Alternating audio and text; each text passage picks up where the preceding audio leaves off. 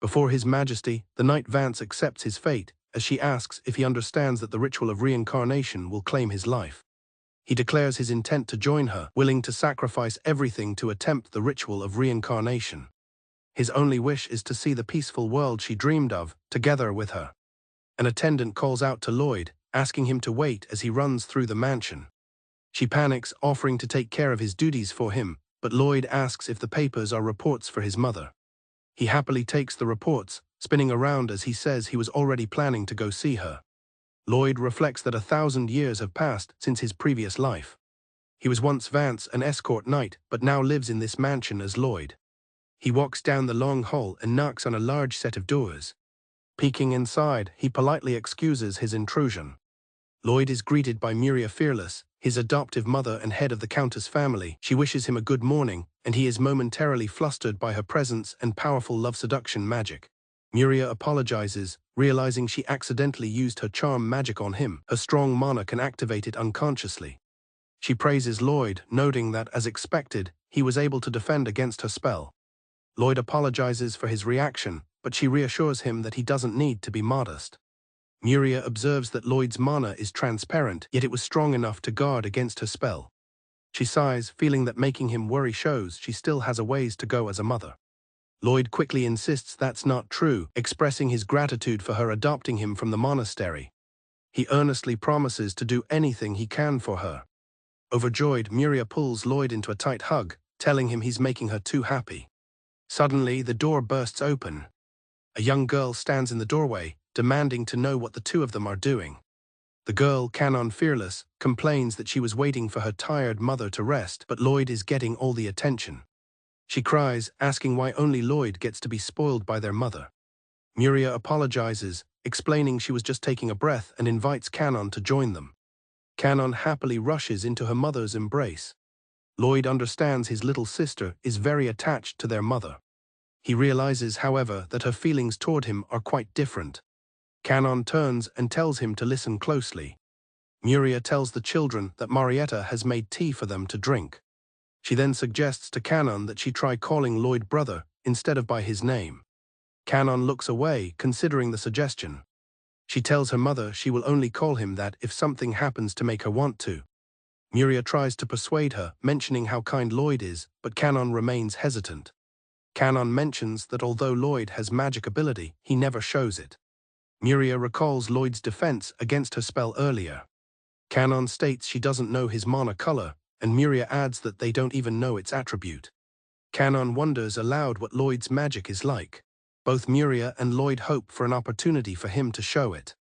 Lloyd wants to get along with Canon, but she glances over her shoulder, warning him not to think she'll ever give him their mother. He despairs, wondering how he can ever have a friendly chat with her. Deciding it's best to leave for now, Lloyd says he will go enjoy the tea and bids them farewell. Lloyd thanks Marietta for the tea. He compliments her, saying her teas are always delicious. Marietta, the head maid, chuckles and replies that he always knows what to say. Lloyd invites Marietta to join him for tea, but she politely declines, stating she is a maid. He smiles, insisting she teach him about tea while they drink together. Flustered but pleased, Marietta accepts his invitation. She identifies the rock candy stick he is using as a special product from the human empire. Marietta explains that the tea leaves are imported from the Saint Empire and their flavor evokes a sense of spring. She sips her tea, grateful for the flourishing trade that makes this possible. Lloyd adds that this is only possible because the conflict between the 7 countries stopped 1,000 years ago when the armistice barrier was deployed. He solemnly recalls the events of 1,000 years ago. He recalls being a knight of the Sky Empire during the Great Conflict and the day he met Empress Armeria Rune Maisha. Her Majesty's figure and ideals resonated deeply with his own pride and dignity as a knight. Together, they resolved to end the conflict that plagued the lands. Armeria deployed the armistice barrier, a powerful magic that cost her her own life. However, the life-consuming magic seized a portion of her lifespan. Therefore, he and Armeria decided to be reborn through the ritual of reincarnation. Their shared hope was to see the world without conflict with their own eyes. And like that, 1,000 years passed. After being reborn, he was adopted by Countess Muria's family. He began walking in this new life, but his journey was far from over. Lost in thought, Lloyd reaffirms his goal. He is still looking for Armeria to see this world with her. He is snapped out of his reverie by a voice calling his name. Marietta observes that he looked like he was thinking deeply about something. Lloyd admits he has some things on his mind lately, which he acknowledges is not entirely a lie. She correctly guesses he is thinking about how to improve his relationship with Canon. Startled that she read his mind, Lloyd listens as Marietta reminds him that their guest is about to arrive. Marietta leans in and suggests that he try having a chat with Canon while they wait for the guest, just the two of them. His face lights up as he realizes she is right. Lloyd thanks Marietta for the excellent advice. Lloyd rushes off and bumps right into Canon at a doorway. Canon blushes from the unexpected encounter. Lloyd quickly apologizes to her. He holds the door open for her, and she quietly thanks him as she enters. Lloyd gently takes Canon's hand to guide her, which makes her flustered. She pulls her hand away, telling him he doesn't have to take it so far, and he apologizes. She tells him he's being too careful, which reminds him that his formal manners also used to annoy Armeria. Lloyd feels like a failure, unable to properly connect with her. Canon admits she was irritated because guests take away her precious time with their mother. Lloyd smiles at her explanation. He notes how much she loves their mother, and she retorts that it's the same for him, which he confirms. Their conversation is interrupted by a knock at the door. The guest, Victor Rosewald, son of a viscount serving Muria, makes a grand entrance. He strides past Lloyd to greet Canon, wishing her well. Lloyd notes with annoyance that Victor is ignoring him, the picked-up kid. Canon politely returns the greeting, but then immediately tries to leave for her room, much to Victor's surprise. Victor quickly moves to stop her, saying he has something to discuss. He grabs Lloyd's arm to move him aside, declaring his business is about Canon's magic strength. Canon questions his interest in her magic. He explains that as the Countess's child, she must have great talent. As a loyal subordinate, he claims he wants to witness that power for himself. Victor continues, remarking that even if her features don't resemble Countess Muria, Canon will eventually succeed her. Victor grins, clearly trying to provoke her. Lloyd thinks to himself that Canon shouldn't answer such an unsubtle taunt. Canon glares with determination, accepting the challenge. Lloyd realizes that she intends to fight him anyway. She asks how he wants her to show off her strength. Grinning, Victor agrees, but says this isn't a good place for it. Victor suggests they move somewhere else. In a clearing, he announces he will conduct a mana test, a family tradition for evaluating strength. He tells Canon there is no need to take a fighting posture, as she only needs to show her strength. However, his glance suggests he has other intentions. Lloyd appears, and Victor demands to know why he came along. Lloyd argues that if the mana test isn't a battle, there's no reason for the two of them to be alone. Victor dismisses him as someone not related by blood, but reluctantly allows him to stay, warning him not to interfere. Lloyd remains suspicious, believing Victor will try something now that he has Canon alone in the forest. Victor announces he will also take the mana test, and if he wins, he wants a favor from Canon. Surprised, Canon asks if he doesn't just want to see her magic. He claims a direct comparison is the easiest way to measure her magic against his. He looms over her, declaring that since she accepted once, she can't back out now. Canon stands her ground, stating that she can't appreciate people who act in such a way. Victor is momentarily taken aback by her firm response. He quickly recovers, laughing and saying that it's already been decided. He grasps his magical item and demands she show him her power. Victor clarifies that she will prove her strength by exterminating the evil spirit he suddenly summons. Canon cries out in surprise and fear at the sudden appearance of the monster. Lloyd leaps in front of Canon, deflecting the evil spirit's attack. Canon calls out his name in surprise. Lloyd confronts Victor, questioning if unleashing an evil spirit without warning is a fair tactic befitting the nobility he boasts about. Lloyd glares at Victor, calling him out by name. Victor hesitates, reminding Lloyd he was told not to get in the way. Lloyd accuses him of everything from following them to launching a surprise attack, stating it is not a fair duel. He vows to protect Canon from such cowardly methods, even if it means breaking the rules. Lloyd stands protectively with Canon, declaring she is his precious family. Canon looks up at him, moved by his words. Victor stumbles back, calling Lloyd a mongrel. He then laughs, saying that with Lloyd's declaration, he finally understands. Victor points accusingly, saying he can only feel weak mana from Lloyd. He marks Lloyd's colorless mana. He scoffs, questioning if someone like Lloyd could possibly be a noble. Canon thinks about Lloyd and how even her mother took in a child with no apparent mana. Canon steps in front of Lloyd, defending him and telling Victor not to say mean things about her brother. Lloyd is surprised to hear her call him brother. Victor is taken aback, questioning why she would call him that. He sneers at their potpourri family, not related by blood. Suddenly, Victor begins to tremble, sensing something is wrong. Victor's magic item begins to spark erratically. Lloyd's mana is being drained into the malfunctioning item. Lloyd realizes the magic item has gone out of control, and Victor can no longer control the evil spirit. Canon stares in awe as multiple evil spirits of different colors appear. Lloyd puts a hand on Canon's shoulder, asking her to trust him even if just a little. She looks at him hesitant. He explains that her healing magic puts her at a disadvantage against an evil spirit with multiple attributes. He declares that if she gets hurt, he'll be hurt just as much, and that they should fight together as a glowing orb appears in his hand.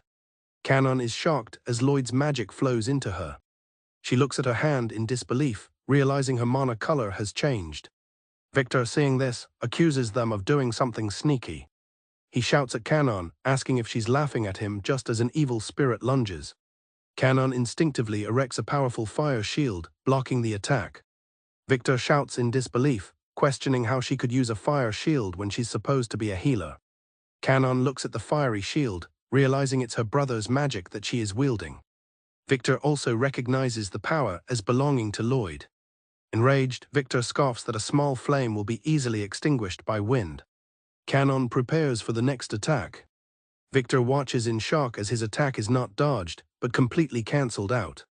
Canon, now wielding a wind shield, wonders how Lloyd has multiple colors when she saw none before, realizing his magic is different. Lloyd explains that because his mana has no color, he can change it to every color. He warns Canon that the next spirit is an earth type that will attack her feet, instructing her to dodge and then cancel the spell. Canon leaps into the air to dodge the incoming attack. Canon successfully dodges, amazed at how Lloyd knew what the next attack would be. Lloyd shouts encouragement, telling her to calm down and feel the flow of battle. He tells her she can do it. Canon focuses her newfound power. Canon unleashes a powerful blast of wind magic. Victor is shocked that she's floating by using the wind attribute of the shield. He glares, realizing his plan is failing. He notes that the evil spirits of water and darkness are still active. Victor points out that two spirits still remain. Canon leaps forward, countering the water and darkness spirits with powerful shields. Victor is left upset and defeated on the ground. With Canon standing victorious, Lloyd tells Victor that it's over. Victor mutters in disbelief, saying his father promised he would win with this method. Lloyd reassures Canon that she won because of her own power, and that using his help was a good thing. He turns to Victor and states that the result of the mana test is clear. Enraged, Victor lunges at Lloyd, screaming that if he hadn't interfered, he would have won. Canon cries out for her brother. Lloyd's fist tightens as he questions how far Victor will stray from the path of chivalry. With a furious expression, Lloyd declares that he won't forgive Victor.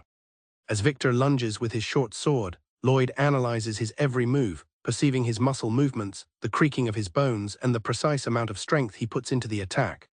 Lloyd understands the flow of the attack, seeing everything take form. He prepares his first technique, a method of avoiding collision by letting momentum run its course using minimal strength. Lloyd effortlessly dodges and uses the Void Turn, a shield technique of the unarmed knights. The technique sends Victor tumbling across the ground, utterly defeated. Victor can only stare up in disbelief. As Lloyd walks away, a defeated Victor calls him a monster. Canon rushes to his side, calling out for her brother in concern. Lloyd turns with a gentle smile, reassuring her that he's fine and it's just a little blood. Canon gently cups Lloyd's face where he was grazed, startling him and causing his heart to pound. With tears in her eyes, Canon tells Lloyd that if he's hurt, it hurts her as well. He is touched, realizing she's using healing magic on him, despite being exhausted from their earlier battle. Lloyd thinks to himself that she truly is an angel. Canon somehow hears his thought, causing her to blush furiously. She explains that she could hear his words in her head, and Lloyd confirms it wasn't her imagination. Canon realizes their magic must have become one and asks him what he did. Lloyd explains it's mana sympathy, where their linked mana allows them to speak telepathically, much to Kanon's amazement. He reveals that they formed a guardian contract. Because she believed in him, he was able to combine his mana with hers, creating a bond that still connects them. Lloyd thanks Kanon for fighting with him and promises to continue protecting her. A blushing Kanon agrees to do the same. She boldly declares she will protect her brother if he's in danger. The two share a light-hearted, competitive moment, each vowing to protect the other. They share a laugh, their new bond solidified. The defeated victor begins to stir on the ground. Lloyd decides it's time to head back to the mansion and figure out what to do next. Back at the mansion, Marietta expresses her relief that Lloyd and Kanon are safe. She dispatches other maids to retrieve Victor from the forest and says she will report the incident to Muria. Marietta informs Kanon that Muria will be having a private discussion with Viscount Rosewald, but Lloyd asks to accompany her instead. A maid leads Lloyd to a room and instructs him to sit. She explains that by pouring mana into a magic circle, he can listen to the conversation in the adjoining room. Lloyd hesitates, but the maid reassures him the record room was made to watch over the family head. She adds that while it's early for him to know this, Muria has acknowledged his talent. From the other room, Lloyd hears his mother, Muria, explaining the duty of a family head to someone. She then brings up the matter of the monthly expense reports. Viscount Rosewald, Victor's father, boasts that the documents prove his family has developed their fiefdom the most. He attempts to excuse himself from Muria's office. Muria stops him, asking if he has anything else to report. The Viscount feigns ignorance, wondering what she could mean. Muria reveals she investigated his domain and found that the tax revenue contradicts the development rate. The Viscount becomes flustered, asking if she's accusing him of lying. Unfazed, Muria calmly asks for the reason behind his failure to report the correct taxes. The Viscount argues that his family has been loyal for generations. He claims that for a count to report a fabrication would damage the country's trust. Muria understands his true ambition to build power in the shadows and eventually defeat her family in a real fight. Muria calmly states that he even used his own child in his schemes. The Viscount is shocked that she knows Victor failed. She admonishes him for involving children in danger. He denies everything, blaming his foolish son for getting impatient. The Viscount claims Kanon's healing magic makes her unsuited for fighting and that Victor was merely trying to compensate. He argues that his son would be a better shield for her future. He insults Lloyd as a child of unknown origin, but Muria coolly counters that Kanon's mana will allow her to protect herself. Muria declares that there is no difference between men and women when it comes to protecting others, as nobles must fight for their pride and their domain. She concludes with unwavering confidence that her children, Kanon and Lloyd, are more than capable enough. She informs the Viscount that his son will be sent to boarding school and his schemes will be handled by the Imperial Interrogation Office. With the discussion concluded, she dismisses him. The Viscount grits his teeth in silent fury. The Viscount finally snaps, slamming his hands on the desk and telling Muria not to get haughty. He accuses her of simply being lucky to have inherited her position. He's met with a chilling expression on Muria's face. A shiver of fear runs down his spine. An immense, powerful aura erupts from Muria, a manifestation of the overwhelming difference in their strength. The Viscount realizes in terror just how powerful she truly is. He is physically blown back by the sheer force of her presence. Lloyd watches in stunned silence as the door to the other room slams shut. A knock sounds at the door of the record room. Marietta enters.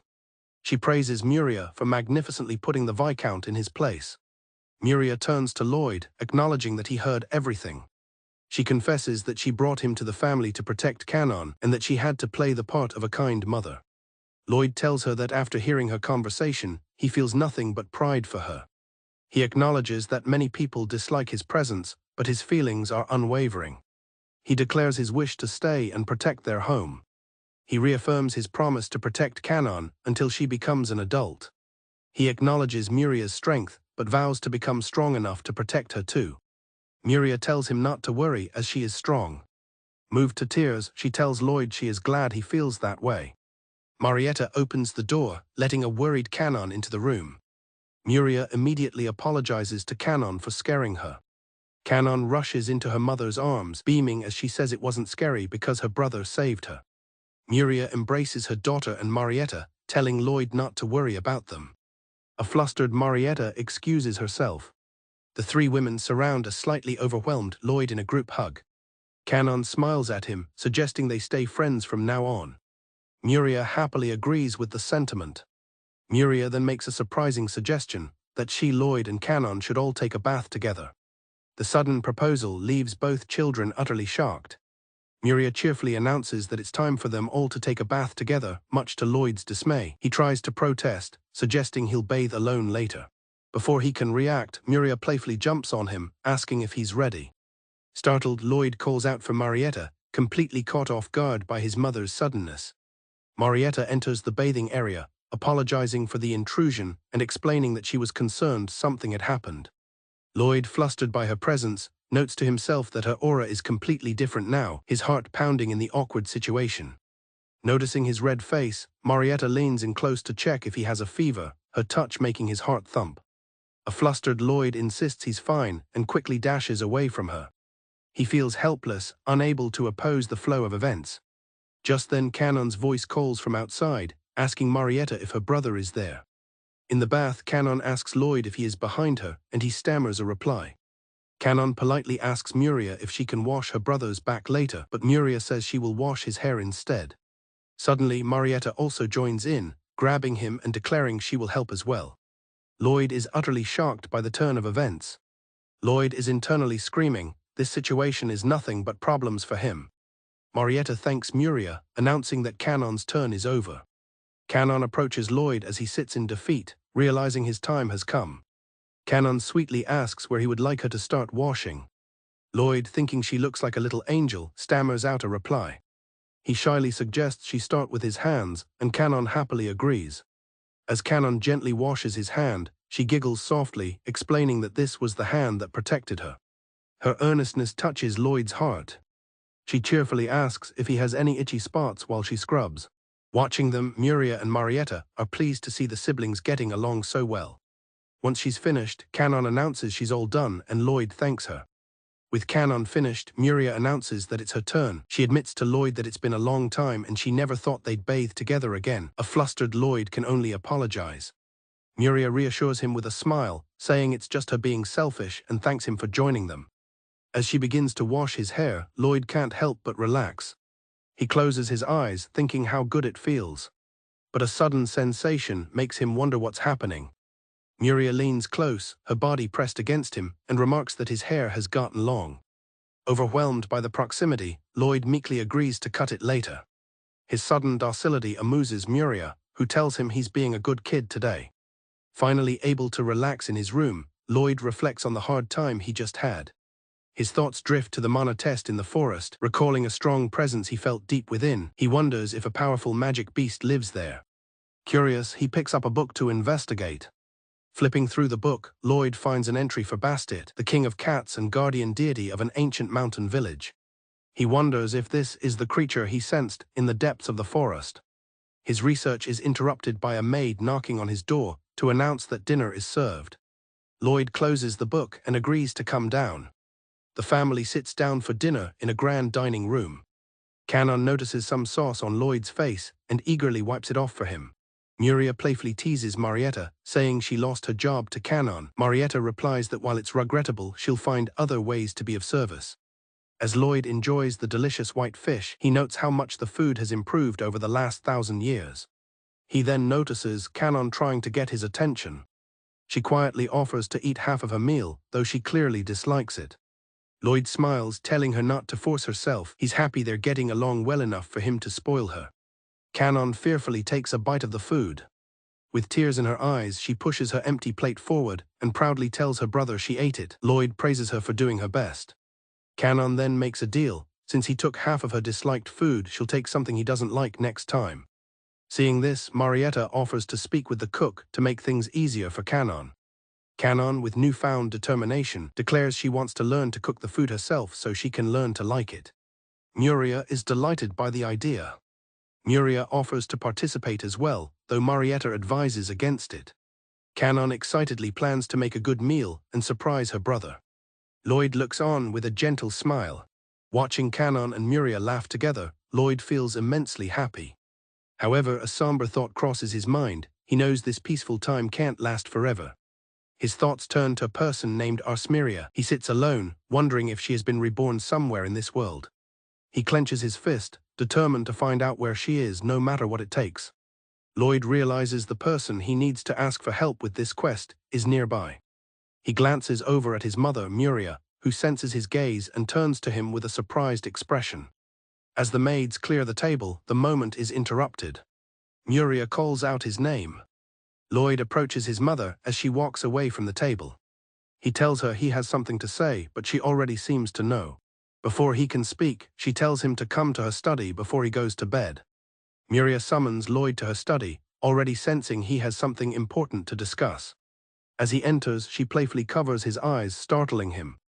Addressing his mother, Lloyd is met with a warm smile. Muria tells him she isn't surprised, complimenting his perceptiveness. She then expresses her gratitude for him protecting Canon earlier and apologizes for not being home, explaining she was busy with work. Lloyd, feeling guilty for her apology, tells her he is sorry. Lloyd insists she has nothing to apologize for, stating that protecting Canon is his duty because he wants to. Touched by his words, Muria thanks him.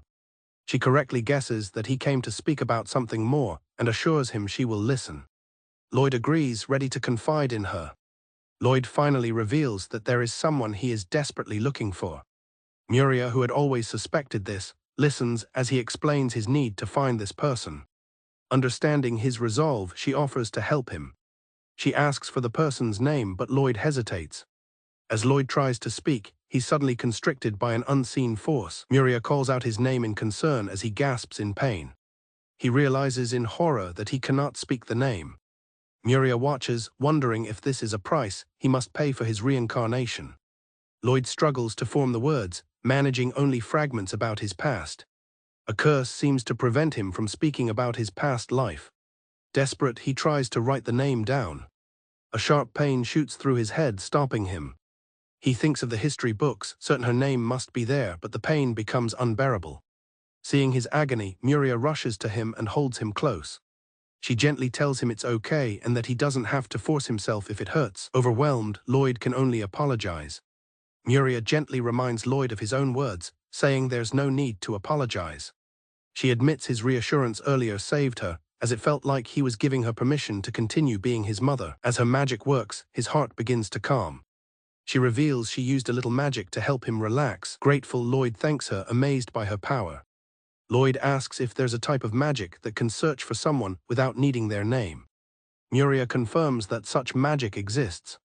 Seeing the clear night sky, she believes they can certainly try it. She asks him to wait a moment while she retrieves something. Muria explains that there is a secret magic book hidden somewhere in the mansion before she leaves the room. Left alone, Lloyd's determination surges, knowing a knight cannot live with uncertainty. He resolves to bet everything on this magic book. As they walk outside, Lloyd apologizes for troubling his busy mother, but she reassures him that a night walk is enjoyable. She takes his hand so he doesn't fall. Lloyd notices the ancient-looking book she's carrying and asks about its age. She explains it's an important family heirloom from her father, and its magic can still be used. They arrive at a large, intricate magic circle carved into the ground. Lloyd asks if she drew it, but Muria explains it was already there. She describes it as an ancient ritual of the Sky People, used to find answers in the stars. Muria explains that the magic circle will allow them to see more than just stars. To begin, they need to designate a searcher using blood. Lloyd volunteers to do it himself. He lightly pricks his finger with a small blade, confident that a little scratch will heal quickly. Before a drop of blood can fall, Muria gently takes his hand and heals the wound with a kiss. She explains some blood will still remain for the ritual. A flustered Lloyd thanks her. With the searcher decided, she instructs him to think strongly about the person he's looking for while she casts the spell. Muria begins the incantation, seeking knowledge from the stars as Lloyd focuses his mind on every memory of the person he seeks. Suddenly, Muria senses the mana for the spell vanishing. Lloyd pushes through the interference, his will unwavering, as he focuses on his goal of finding the one he's looking for, Armeria. A clear image of Armeria forms in his mind, her gentle smile a beacon for his search. A single point of light appears in the sky. Muria explains that this light confirms the person he's looking for exists in this world. Overcome with emotion, Lloyd realizes they were truly reborn in the same era. But just as hope dawns, the light explodes and vanishes from the sky. Lloyd watches in disbelief, refusing to accept that it's gone. Muria corrects him, stating that the light didn't vanish, it wandered.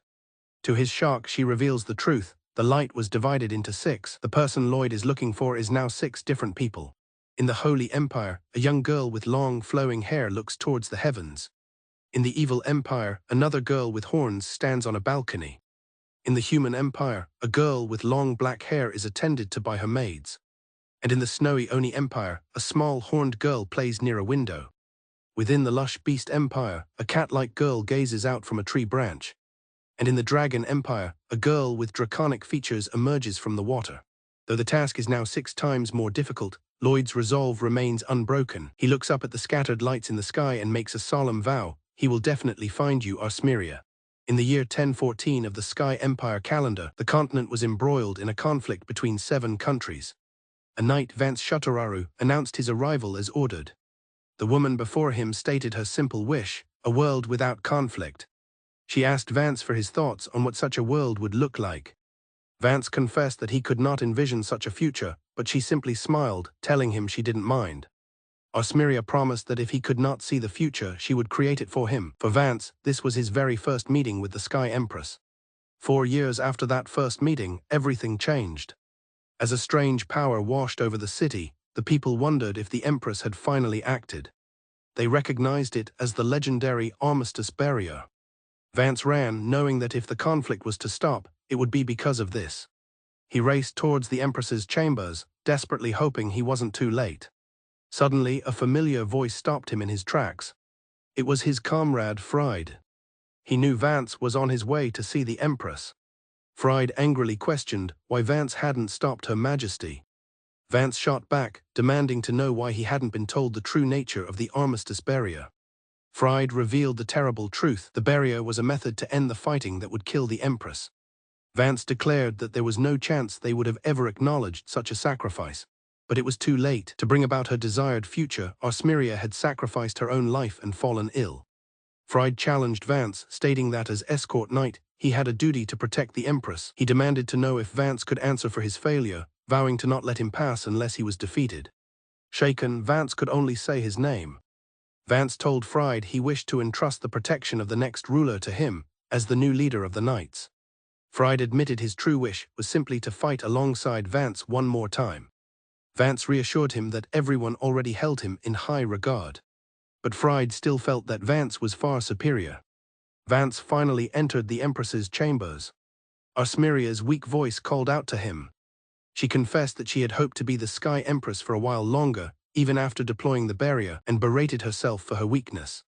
Vance told her that her sacrifice had worked. The other empires had announced peace. He then asked if it was truly impossible for her to survive until the official conference. She confirmed his fears, stating that her soul would vanish in just a few hours. Armeria reflected on the 4 years that had passed, remarking on how short they felt. Vance agreed, lamenting how quickly the time had gone. She knew, however, that the fighting wouldn't truly end with just this. A conflict so deep would not vanish so easily, and she admitted this was her final regret. A nearby maid wept, noting that it was no wonder people would cry to see the Empress this way, especially when her voice still sounded so strong. Vance, however, stood firm. He told Armeria he would not cry and that she knew why. Armeria insisted she never ordered him to take things this far. Vance reminded her of his vow from 4 years prior, to offer his life to her until the very end. He explained that from that day forward, he had become a new man. Tears streaming down her face, Armeria called him the biggest fool in the world. Vance then declared his true intention: to attempt the ritual of reincarnation with her. He wanted to see the world she imagined, no matter how many centuries it might take. Armeria was left speechless, questioning why he would propose such a thing. Armeria asked if he would truly wait until the very end. Vance smiled, assuring her that for them, this was not the end. He held her hands and spoke her name, Armeria, sealing their promise. In their final moments, they shared a tender farewell, bound by a promise that transcended death itself.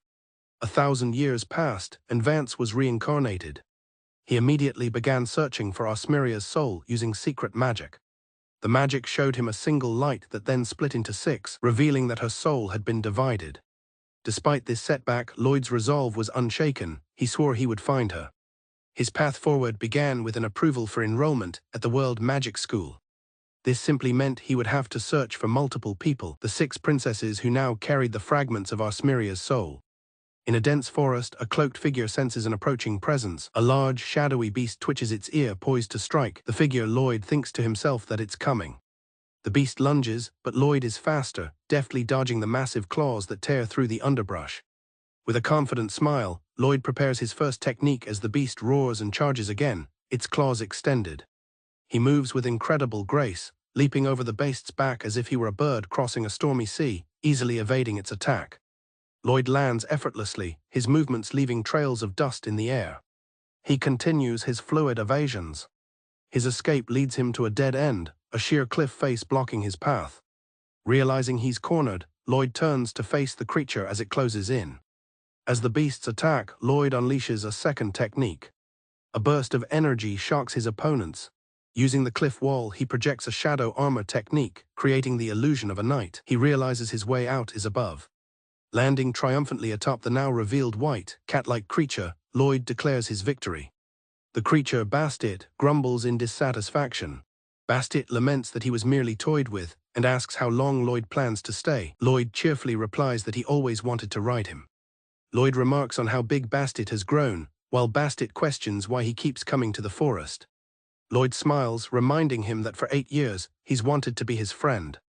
Annoyed, Bastet asks about the cat powder wine Lloyd usually brings, offering to listen if he has something to say. Lloyd reveals his plans. Tomorrow he will go to the World Magic College to be enrolled as his sister Canon's escort. Bastet understands this means their games are over for now, and decides to ask Lloyd something.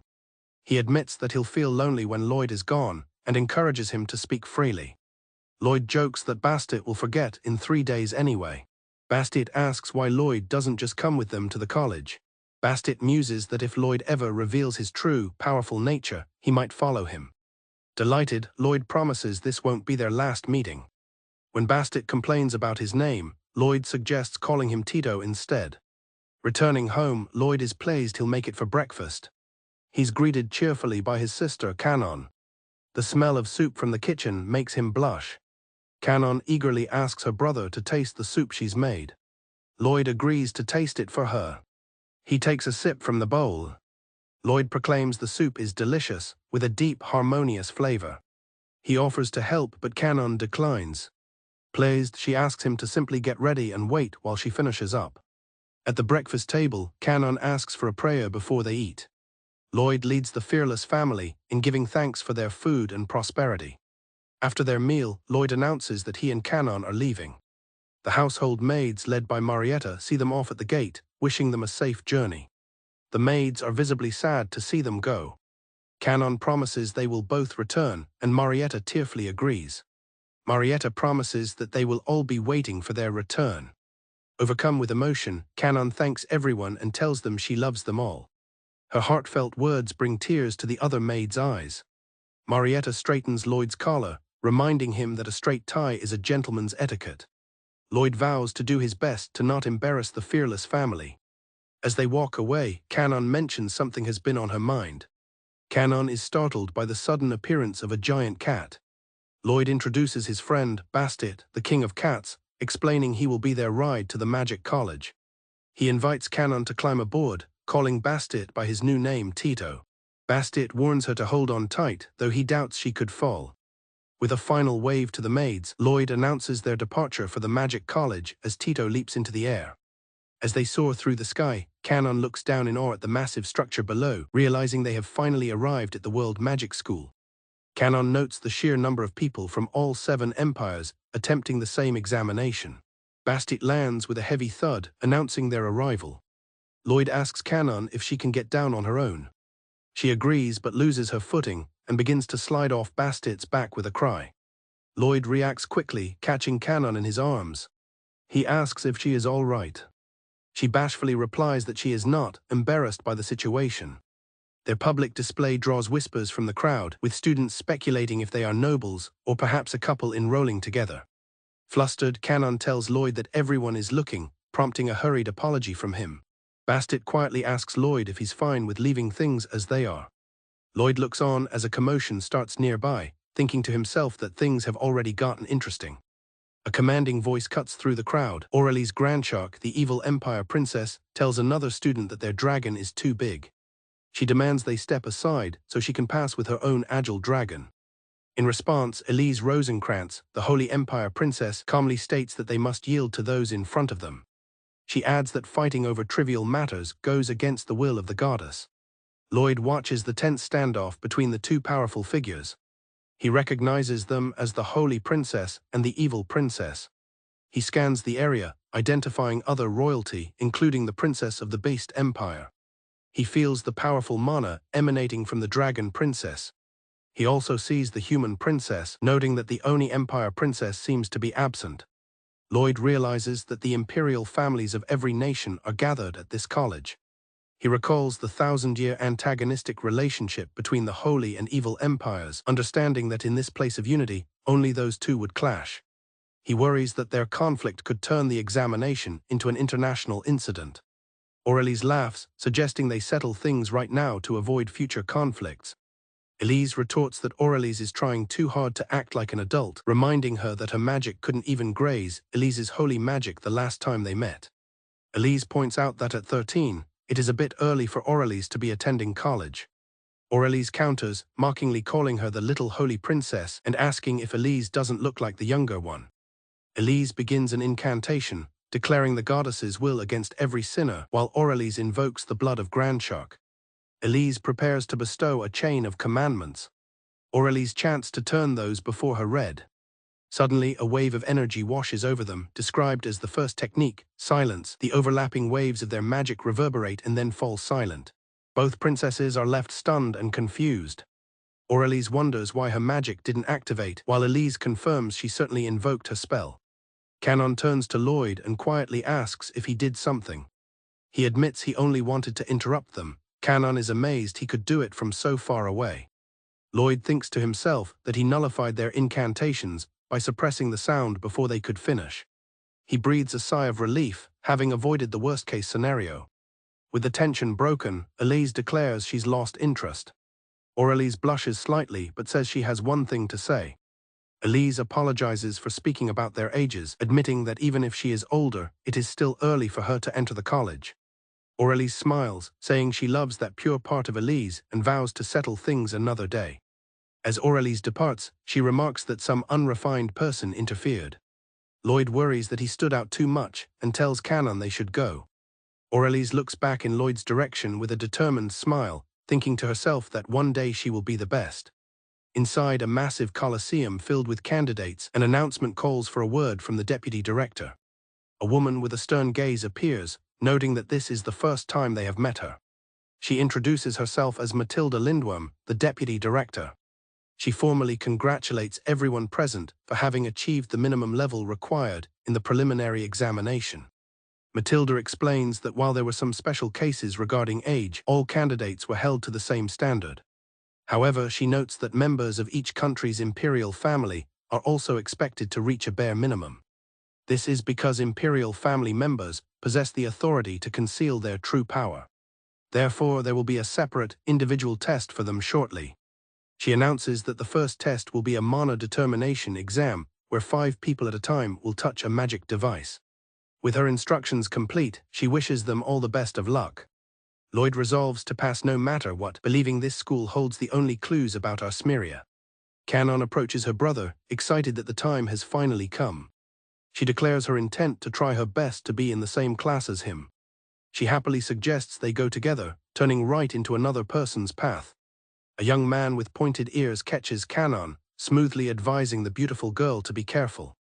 Flustered by the sudden encounter, Canon stammers an apology. The man's attendant, Verona, scolds Canon, but he calmly tells her it's fine. Claiming to be captivated by her, he asks for her name.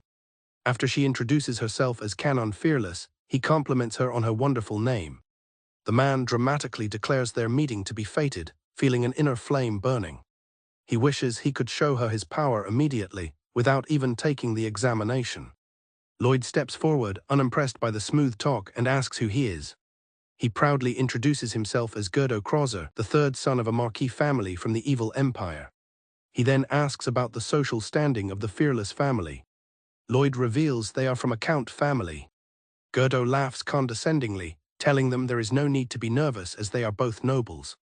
He offers a shallow apology for his attendant's earlier behavior, a change Lloyd notes happened as soon as Gerdo learned his own rank was superior. Gerdo dismisses his attendant Verona's actions as loyalty. He includes Balgas as well, stating both acted out of loyalty. Balgas worries that magic isn't his strong suit, but Gerdo tells him not to be depressing and expresses his belief in him. Gerdo turns his attention back to Canon, calling her beautiful. He invites only her to eat with them, an offer that makes her visibly uncomfortable. Canon looks to her brother for help. Lloyd attempts to interject, but Gerdo quickly turns away. Gerdo glares at Lloyd, questioning whether someone of a lower standing is permitted to voice their opinion to a superior.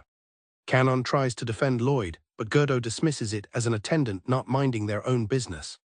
He grabs her arm, telling her his time with her is precious and they should go. Lloyd steps in front of Canon, introducing himself as her brother. He calmly tells Gerdo that they respect their own country's marquis. However, he states that unconditionally obeying a marquis from another country is quite difficult. Enraged, Gerdo grabs Lloyd's collar, twisting his words. He sneers that the Sky Empire no longer has an emperor. Therefore, he concludes, the Sky Empire is inferior, making the evil emperor superior. Lloyd and Gerdo stare each other down intensely. Gerdo scoffs, declaring that the exam will prove who is superior, and tells his attendants they are leaving. As he walks away, Gerdo waves a final goodbye, telling Canon he wants to see her pass the exam. She offers a hesitant thanks in return. Once they are gone, Canon's polite demeanor vanishes, and she clenches her fists in anger. She explodes in frustration, furious that Gerdo was sweet to her while insulting her brother. She declares that her brother is the best in the world, surprising Lloyd with her passionate defense. Canon continues to praise Lloyd as the best brother in the world. Touched by her words, he reminds himself of his true purpose. He is here to protect Canon and tells her they should go quickly. Lloyd hardens his resolve. No matter what kind of person appears at this school, he will fulfill his duty as a brother and an escort, protecting Canon to the very end. The examination supervisor, Seiba Mitsurugi, addresses Lloyd and Canon, confirming they are the last two candidates. He explains that this next test is an illusion battle where they will send a mana-based projection of themselves to a separate combat space. An examiner instructs them to use a magic circle to send their illusions to the examination ground, noting that their score will determine if they are teleported directly into the school afterward. Seiba calls Canon forward first. She steps onto the circle and vanishes. With a cheerful wave, Canon tells her brother she looks forward to seeing him after she passes. Seiba chuckles, remarking that it's fantastic to see siblings get along so well, and prays they won't have to fight each other. Lloyd thanks him politely as Seiba directs him to the teleportation circle. He steps onto the circle, knowing that even as an illusion, this will be no different from a real fight. He resolves to concentrate. Lloyd finds himself transported to a barren wasteland. He surveys his surroundings, noting it seems perfect for a duel. A crunch of gravel behind him announces the arrival of his opponent, who states that it had to be him after all. Gerdo wastes no time, declaring that Lloyd will become his stepping stone. His opponent is Gerdo. Lloyd calmly apologizes for making him wait. Gerdo proclaims that his meeting with Canon can only be fate, and now he has the opportunity to defeat Lloyd. He points at Lloyd, declaring this is where he will drop out. Gerdo believes this will allow Canon to be with him freely and without interference. Lloyd acknowledges Gerdo's confidence, but states firmly that he cannot afford to lose. Gerdo scoffs, questioning how Lloyd could win with his meager mana. He reminds Lloyd that in this battle, mana dictates everything. Gerdo declares that someone without mana has no chance of winning. He holds up 3 fingers. Finding it too dull to end in one blow, he decides he will burn Lloyd's illusion 3 times. Gerdo invokes the demon god of flames. He unleashes a blast of energy from his fingertip, shouting the name of his attack, Firefinger Bullet. The attack hurtles towards Lloyd. Gerdo laughs maniacally as the attack explodes, but his laughter dies when the smoke clears, revealing Lloyd unharmed, protected by a First Guardian-style spell, a Ring of Protection. Lloyd calmly remarks that it was quite a flashy flame for a probing attack. Gerdo is stunned, unable to believe Lloyd is still standing after a middle-class magic spell powered by the demon god of flames. Lloyd thinks to himself that even with borrowed power, the mana quantity depends on Gerdo's real body. Uncaring, Gerdo furiously vows to blow him away. He prepares another incantation. With a powerful cry, Gerdo summons two massive serpent-like fire spirits. He commands them to divide and attack. Gerdo screams that there is no escape, as the spirits will relentlessly chase Lloyd. In response, Lloyd prepares a first Guardian-style technique to enrage his foes. Lloyd uses a substitution spell, leaving behind a decoy with only his will to fight. He baits the enraged fire spirits into attacking the substitute. The spirits collide and destroy each other in a fiery explosion. Gerdo watches in shock as his own summons explode. As Gerdo reels, Lloyd appears silently behind him, asking if he should be focusing on what's in front. Startled, Gerdo demands to know what Lloyd did. Lloyd calmly suggests that perhaps they should end it here. Lloyd asks if Gerdo wants to continue. Visibly shaken, Gerdo takes a heavy step back. He puts distance between them. A memory flashes through Gerdo's mind, a painful image of being left behind. He tells himself that it's too late, there is no going back for him now. A dark, powerful aura erupts from Gerdo. He screams at Lloyd, claiming that as an older brother, he could never understand the pain of being the third son. Lloyd watches in alarm as the color of Gerdo's flames turn black. He recognizes the ominous power as darkness mana. Gerdo chants a new incantation, calling upon the demon god of flames to cauterize everything with the flames of judgment. The dark energy coalesces into a massive sphere of destructive power as Gerdo unleashes the sinful fireball. He declares that this is the third and final attack meant to end their battle. Gerdo unleashes the massive sinful fireball, a swirling vortex of dark magic. With a look of sheer desperation, Gerdo vows that he will not back down. He screams that he will finally finish Lloyd this time. Lloyd stands firm against the oncoming dark energy. He thinks to himself that just like his opponent, he cannot afford to lose. He prepares to use the third Guardian style. Lloyd stands poised before a reflection of the full moon, beginning his incantation for lunar reflection. He calls upon the demon god of flames, asking it to answer his voice. With an outstretched hand, he commands it to show its power. Gerdo shouts in disbelief, questioning how this is possible. He cannot understand how someone without a contract can use the demon god's power. Lloyd intercepts the sinful fireball, as the principles of the first two Guardian styles are explained. The third Guardian style turns the enemy's own magic into a weapon, reshaping the sinful fireball. Gerdo can only cry out as his own attack is turned against him.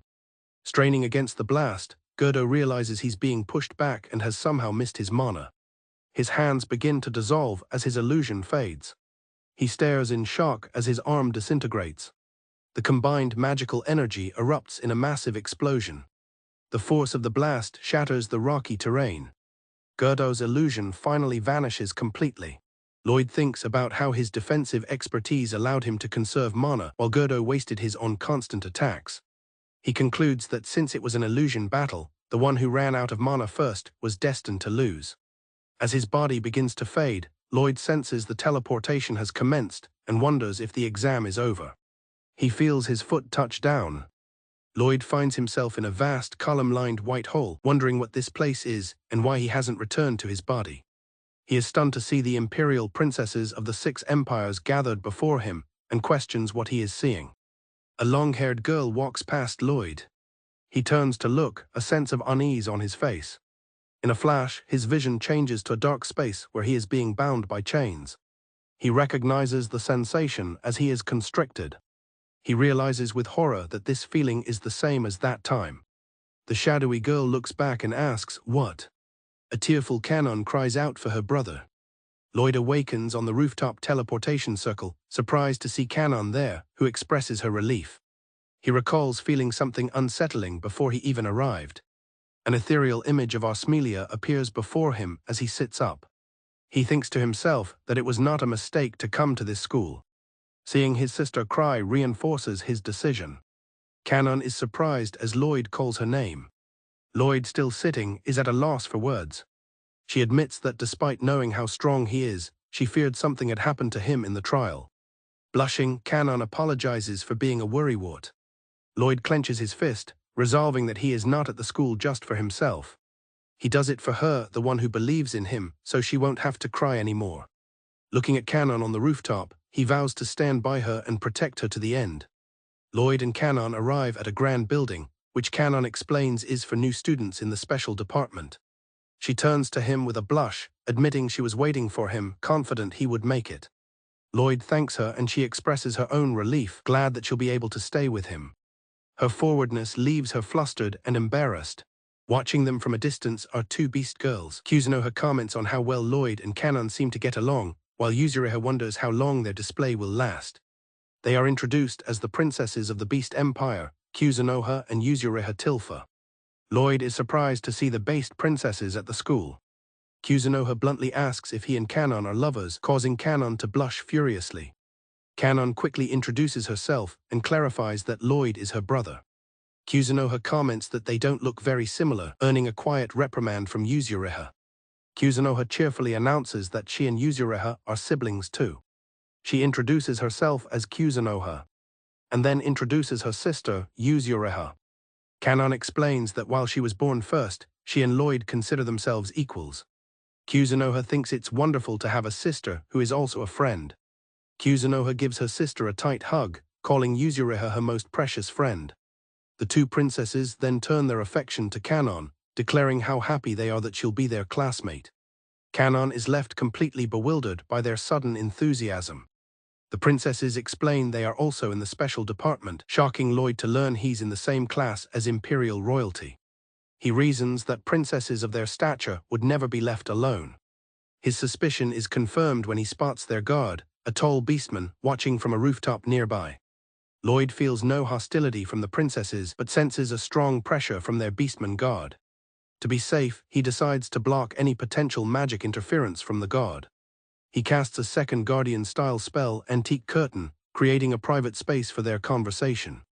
The guard on the roof is surprised by the sudden magical veil. Kuzunoha explains she can smell a strong beast on him, something only they can perceive with their sense of smell. Lloyd immediately realizes she must be talking about Bastet. Lloyd explains that Bastet was living in a nearby forest, so he asked the Great Cat to transport them to the magic school. The princesses are shocked to hear that Bastet was in the Sky Empire. They find it hard to believe, as the King of Cats would not normally allow someone from the Sky Empire to ride him. However, something about Lloyd makes them reconsider. The princesses lean in close to Lloyd, sniffing him. They conclude he doesn't smell like he's lying and wonder if he knows a secret trick to being loved by cats. As they get closer, they comment on his pleasant smell, making Lloyd extremely uncomfortable. They excitedly wonder if he's using cat powder. Just as they're about to pounce, their bodyguard Roken intervenes, telling them to stop. Lloyd sheepishly apologizes, explaining that he gave Bastet some silver vine alcohol for lunch. The princesses tell Roken not to panic, as the smell of silver vine won't affect them. The conversation turns to alcohol, much to Roken's dismay, who tries to protect the dignity of the Beast Empire. Kuzunoha simply tells him not to be so uptight and playfully grabs onto a flustered Lloyd. Roken apologizes for his earlier intensity and introduces himself properly to Lloyd, acknowledging him as a fellow bodyguard. With their questions about Bastet answered, the princesses decide it's time to leave. As they walk away, the Tilfa sisters wave goodbye, promising to see them tomorrow. Canon watches them go, commenting on how easy they are to get along with, and Lloyd agrees. With the princesses gone, Lloyd suggests they should head in as well. They are then greeted by two figures. Canon identifies them as Sieba-sensei and Letitia-sensei, who congratulate them on passing the exam. Sieba reviews Canon's results, praising her for placing 9th overall with an A+ in mana affinity and a high illusion fight score. She humbly accepts the praise. Sieba begins to review Lloyd's results, but Letitia interjects, stating that the Research Institute's lead has requested a remeasurement for him. Sieba warns Lloyd to be careful if he decides to go, hinting that the teacher can be difficult. Letitia chides Sieba for getting off topic. He apologizes and gets back to the point, informing Lloyd that his illusion battle score is the reason he's been summoned. The deputy director, who is in charge of the student examinations, sits at her desk. Sieba explains that she is personally calling for Lloyd. In the deputy director's office, Lloyd thinks about her powerful title, Dragon Eyes of the Dragon People. Matilda addresses him, stating that based on his mana measurement and illusion fight alone, he is already the top scorer. She notes that his colorless mana is even rarer, making him an invaluable subject for research. On behalf of the director, Matilda thanks Lloyd for choosing to attend their school. Her assistant prompts her to get to the topic at hand. Matilda agrees, turning her attention fully to Lloyd. With a serious expression, Matilda stands before Lloyd and Canon, informing Lloyd that she has something she wants to ask him. Inside the office, Matilda, the deputy director, has a request for Lloyd. She asks if it's acceptable to exclude his results from the general ranking, and Lloyd agrees, so long as it doesn't impact his enrollment. Matilda explains that due to an objection, they are unable to place him higher than 7th rank. She adds that all the princesses will be studying in the same special department class as him. Lloyd recalls the Beast princesses mentioning this as Matilda prepares to state her second request. Her second request is for Lloyd to help create a safe learning environment for the princesses. She explains that while the 7 empires have a peace alliance, it's merely a pledge between nations. Therefore, the school cannot interfere in personal problems, and Lloyd considers the implications, thinking of the princesses he's already met. Lloyd understands and agrees to do what he can to ensure the class is respectable. As he walks down the hall, he notices a familiar figure. He is shocked to realize it's his mother. Caught off guard, his mother, Muria, tries to feign ignorance, claiming to be a temporary instructor. Canon and Lloyd are not fooled for a second, immediately recognizing her. She admits that it's true she is a temporary instructor, though she apologizes for not telling them sooner. Muria explains that she attended the school herself and used her old connections to arrange a position as a temporary instructor. She reveals she's been assigned as an assistant professor in their special department. She tells them not to worry about the situation at home, as she made negotiations in the capital to make this happen. Lloyd realizes this is why she was being so secretive. He thinks to himself that his mother can really be too much sometimes. Canon embraces her mother, telling her she loves that protective side of her. Lloyd smiles warmly, remarking that this is just how their mother is. Muria is touched by their words. Composing herself, Muria shifts into a more professional demeanor, declaring that at school she is an instructor first and their mother second. She explains that this means she must address them formally as Canon Dono and Lloyd Dono, which Canon finds a little weird. As they walk, she reminds them they are now students of the magic school and tells Lloyd to fix his tie. Her tone softens again as she suggests they head to the dormitories and catch up. She playfully offers her chest for them to jump into if they get tired of walking. Lloyd promises to do his best to support her. Canon happily addresses her as Muria-sensei. They arrive at the Magic School Island's Nobles Housing District. Canon marvels that they can access the lodgings for each country from a central garden, and Muria explains each lodging matches its country's climate. Muria points the way to the grand residence for the Sky Empire. As they approach their new home, 2 maids greet them. They introduce themselves as Soa and Cosette, assigned to serve the fearless family. Lloyd is stunned to find they have maids and immediately asks if they are also students at the school. Cosette confirms they are second-year scholarship students, working as maids to pay their tuition. As she begins to announce dinner preparations, Canon excitedly stops her. She declares her love for cooking and asks to work with them. The maids are surprised by her enthusiasm. Lloyd watches with a proud smile, thinking that his angelic sister has already won over her seniors. He asks his mother if he can look around the grounds with his large winged cat, Tito. Muria agrees, noting there is plenty of space for Tito to play. Riding on Tito's back, Lloyd marvels at the impressive grounds. He spots a lone figure standing by a pillar. He recognizes her as the escort from the Holy Empire. Lloyd dismounts Tito and approaches the woman. She formally introduces herself as Claudina, attendant to the Holy Imperial Princess, Eliseel. Lloyd introduces himself as the escort for his sister, Canon. Claudina states that she came specifically to speak with him. Claudina explains that the special department, comprised of the Imperial princesses and their escorts, forms a single class. Lloyd notes that this means the other students must be the top-ranking ones. Claudina reveals that her princess, Eliseel, had aimed for the top score on the examination, but it did not happen. She continues, revealing that even the dragon princess, Runia, refused the role of freshman representative, saying someone else was more suitable. Lloyd realizes this means a student who is not one of the 6 princesses holds the top rank.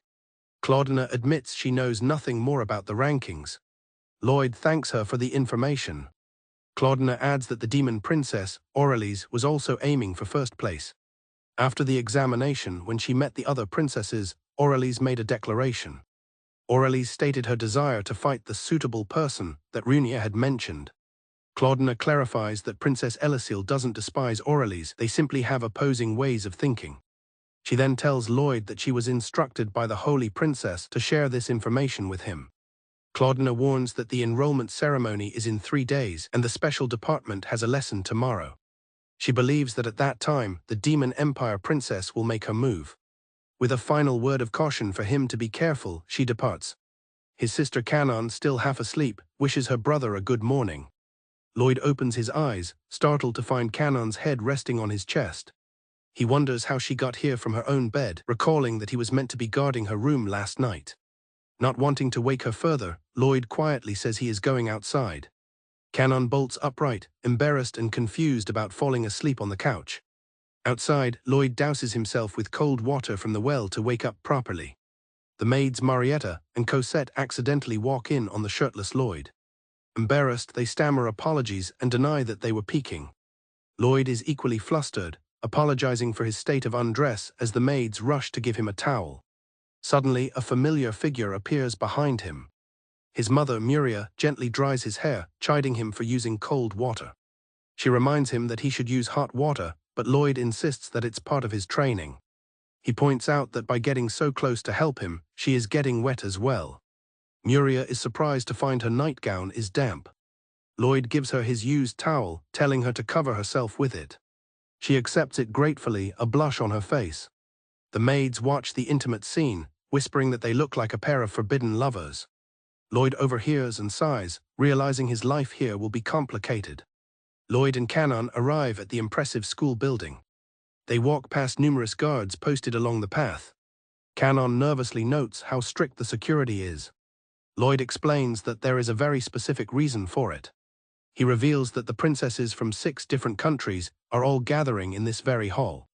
The demon princess, Aurelie, stands with a stern look.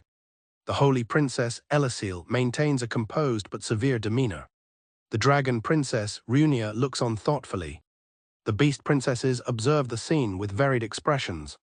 The human princess, Suzuri, waits with a stoic face. Even the representatives from the Oni Empire are present. Lloyd notes that the princess from the Oni Empire has yet to arrive. 2 instructors step forward to address the assembled princesses. Sieba Mitsurugi introduces himself as the teacher for magic fighting arts. Letitia Primrose follows, stating she is in charge of magic theory. Elisile admonishes Aurelie to be respectful, but the demon princess ignores her, telling her own attendant to open her arms. Aurelie tells Elisile not to speak so lightly, as they are all representatives of their countries. Elisile replies that fostering mutual respect is the Pope's will.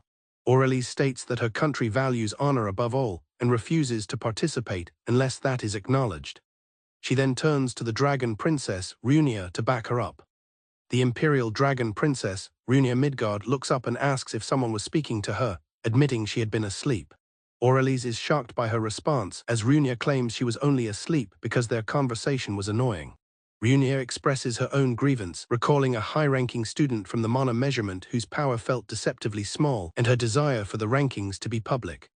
She takes issue with calling a fellow classmate this. The human Imperial princess, Suzuri Hoshizuki, steps in, stating that she cannot accept such disrespect, as no princess has the right to treat another person like an object. The beast princesses taunt Suzuri, questioning her sudden leadership. Suzuri coolly dismisses their provocation. Aurelie interrupts, declaring she has had enough of the games and wants to ask the instructors something. She directly asks them for the reason the Mana measurement results are being kept secret. Elisile acknowledges that she too cannot agree with everyone's rank being equal. The beast princesses share the sentiment. Aurelie is firm in her stance, unable to accept an equal ranking. Aurelie turns her attention to Lloyd, identifying him by his full name and title. Lloyd understands that she has realized he was the one who ranked first.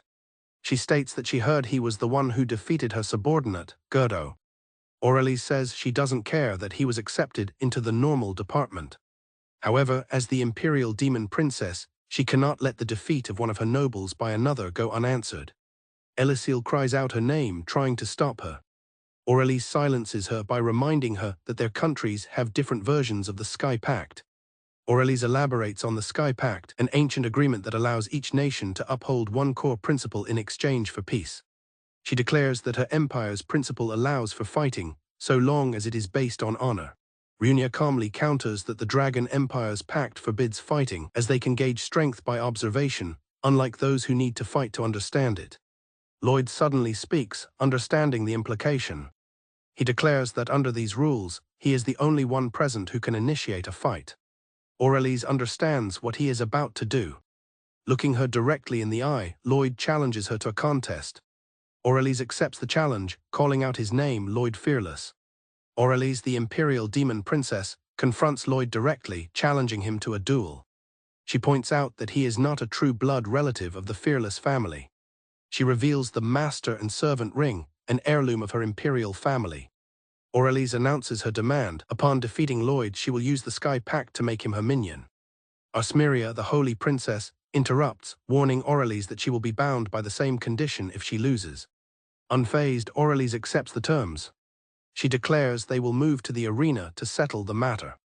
Inside the second illusion arena, the instructor Sieba asks Lloyd if he is fine fighting with just a sword. Lloyd confirms that he is. Sieba warns Lloyd not to hold back, reminding him that if he loses and becomes a minion, his life will be irrevocably changed. Lloyd thanks Sieba for the advice and resolves to fight without regrets. His sister Canon and their mother Muria approach, offering words of encouragement and promising to watch over him. Sieba initiates his transfer to the dueling ground. As the spell takes effect, Lloyd's eyes widen in surprise. Lloyd finds himself transported to a vast, cathedral-like structure. He recognizes that this is not the examination site, but a place called Pandemonium, which resembles a location from his own country. Aurelies explains that until their fight begins, they are invisible to the spectators. Lloyd tries to reason with her, suggesting that if she has suspicions about the exam results, he can explain. Aurelies briefly shows a flicker of doubt, acknowledging that she may have acted prematurely. Lloyd is surprised by her sudden change in expression. He wonders if her usual self-confident demeanor is just an act. He recalls that all the princesses expected Runia to rank highest, but it was Runia herself who first questioned the outcome. Lloyd deduces that Aurelies, as the youngest, feels looked down upon and wants to prove her strength. He realizes she saw him as an opponent who could be stronger than anyone from the Imperial families. Aurelies confirms his thoughts, stating that Lloyd was the first to show her the true vastness of the world. With a determined glint in her eye, she asks him to show her a new world, signaling the start of their duel. From the third illusion arena, the instructor Letitia watches with concern. She laments that she should have stopped the conflict, but acknowledges Lloyd's immeasurable abilities. Armeria advises her that they can do nothing but watch closely now. As the duel begins, a powerful surge of energy erupts from Aurelies. Canon watches with anticipation. Muria shields her daughter's eyes, sensing the dangerous nature of the attack. Aurelies unleashes her ultimate ability, Crimson Glare. Muria recognizes it as Aurelies' inherent evil eye, a power that can seize the mind. She realizes the princess is serious about making Lloyd her minion. Armeria watches in shock, realizing Aurelies intends to end the duel with this single attack. Aurelies addresses Lloyd, acknowledging his courage for not running away. She laments that their fight must end so soon. To everyone's disbelief, Lloyd effortlessly dodges the evil eye's effect. The beast princesses question how he could have dodged it and taken an advantageous position. Aurelies is stunned by his maneuver. Suzerain notes he did so without even drawing his sword. She wonders how he managed to remain unharmed. Armeria remarks on Lloyd's ability to handle the evil eye attack. Letitia admits that while Aurelies is stronger than she thought, Lloyd is even more unfathomable. Facing him, Aurelies demands to know how he resisted her power. Aurelies insists that even without direct eye contact, the effect should have been irresistible. Lloyd calmly explains that the evil eye strips away free will. However, he continues, if one's body is made to move on its own during that time, the effect can be nullified. He reveals his technique, the first Guardian-style mindless repetition. He explains that he gave his body a magical order in advance, allowing him to move without free will. This way, rather than resisting the evil eye, he avoided its effect entirely, leaving Aurelies speechless. Aurelies is stunned, realizing Lloyd not only anticipated her plan but countered it. He faced her full power without looking away, demonstrating a strength that bends but never breaks. She marvels that he managed it without laying a single finger on her.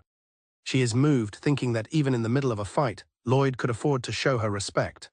She concedes that he has already won, but declares the fight isn't over until he is on his knees. Aurelise proclaims that as long as she is the last one standing, the outcome is the same. Lloyd retorts that she gave him the chance to enter her castle as her body dissolves into a swarm of bats. Reforming from the bats, Aurelise's true form emerges, warning him that what is to come will be a calamity for him. Now in her full power, she stands before Lloyd and declares with absolute certainty that by any means necessary she wants him. Aurelise unleashes a new attack, twin blades of blood dust. With a confident smile, she urges Lloyd to draw his sword. Using his first guardian style, Lloyd's eyes are able to follow the flow of her magic. He quickly completes his analysis of her movements.